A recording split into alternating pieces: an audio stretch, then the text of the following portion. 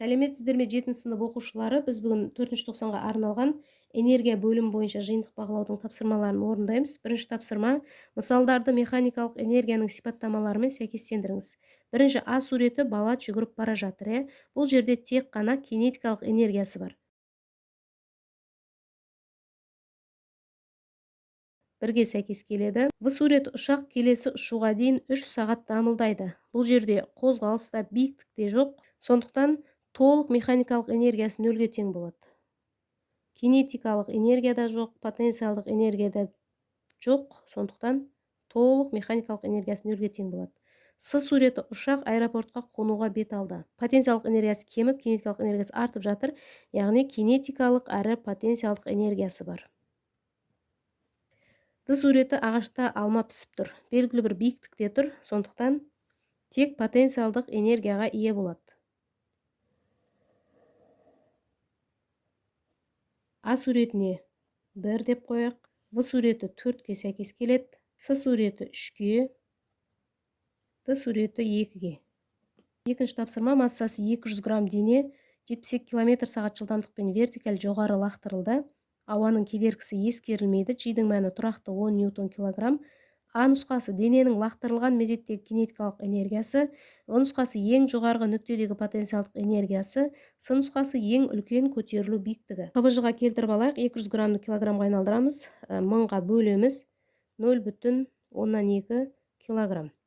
72 км/сағатты метр-секундқа айналдырамыз. 20 метр-секунд. 1000-ға көбейтіп 3600-ге бөлеміз.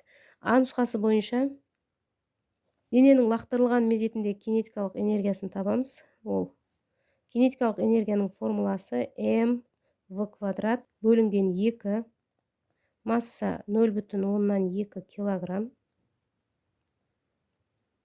көбейтілген жылдамдық 20 метр-секунд, оның квадраты бөлінген 2.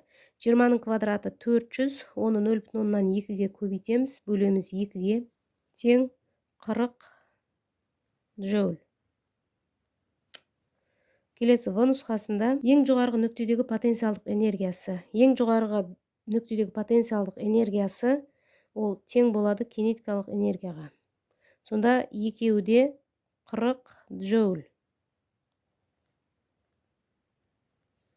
С нұсқасында ең үлкен көтерілу биіктігін табамыз. Ол үшін потенциалдық энергияның формуласын жазып, mgh. Осы формуланы түрлендіріп, биіктікті тауып аламыз. Потенциалдық энергия бөлінген mg. Потенциалдық энергиямыз кинетикалық энергияға тең 40 джоуль. Масса 0,2 килограмм, көбейтілген 10 ньютон килограмм. 20 метр.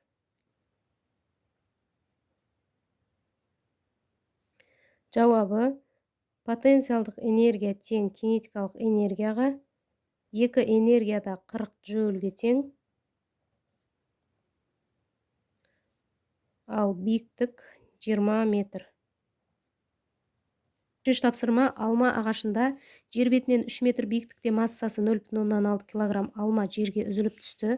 Энергияның сақталу заңын пайдаланып, алманың потенциалдық және кинетикалық энергиясын есептеңіз. 3 метр биіктікте потенциалдық энергия 18 джоульге тең екен. Ал кинетикалық энергия 0-ге тең.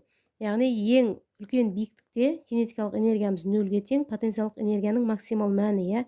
Енді осы жерден толық энергияны тауып алатын болсақ, толық энергия ол потенциалдық энергия қосылған кинетикалық энергияға тең. Потенциалдық энергия 18 джоуль қосылған кинетикалық энергиямыз 0 джоуль. Сонда тең болады 18 джоульге толық энергиясы. 2 метр биіктікте кинетикалық энергия 6 джоульге тең, потенциалдық энергияны табамыз. Ол үшін мына формуланы қолданамыз. Осы формуладан потенциалдық энергияны табамыз. Толық энергия азайтылған кинетикалық энергия. Толық энергия 18 джоульге тең болды. Азайтамыз 6 джоуль. тең 12 джоуль.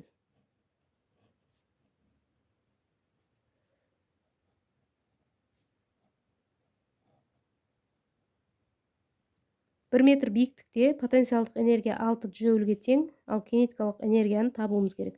Ол жерде де осы формуланы қолданамыз. Кинетикалық энергияны табуымыз үшін толық энергиядан азайтамыз потенциалдық энергияны. Толық энергия 18 джоульге тең. Азайтылған потенциалдық энергия 6 джоуль тең 12 джоуль.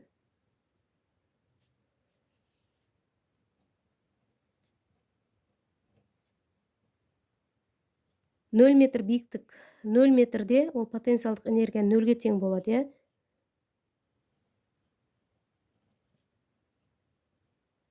Ал кинетикалық энергиямыз біріншіде 3 метр биіктікте потенциалдық энергиямыздың максимал мәні 18 джоульге тең болғанда кинетикалық энергия 0-ге тең болды.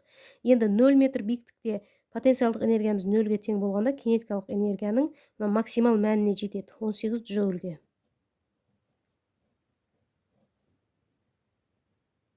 Оқушылар, осымен 4-ші тоқсанға арналған БЖБ талдау сабағымыз аяқталды. Келесі сабақта кездескенше сау болыңыздар.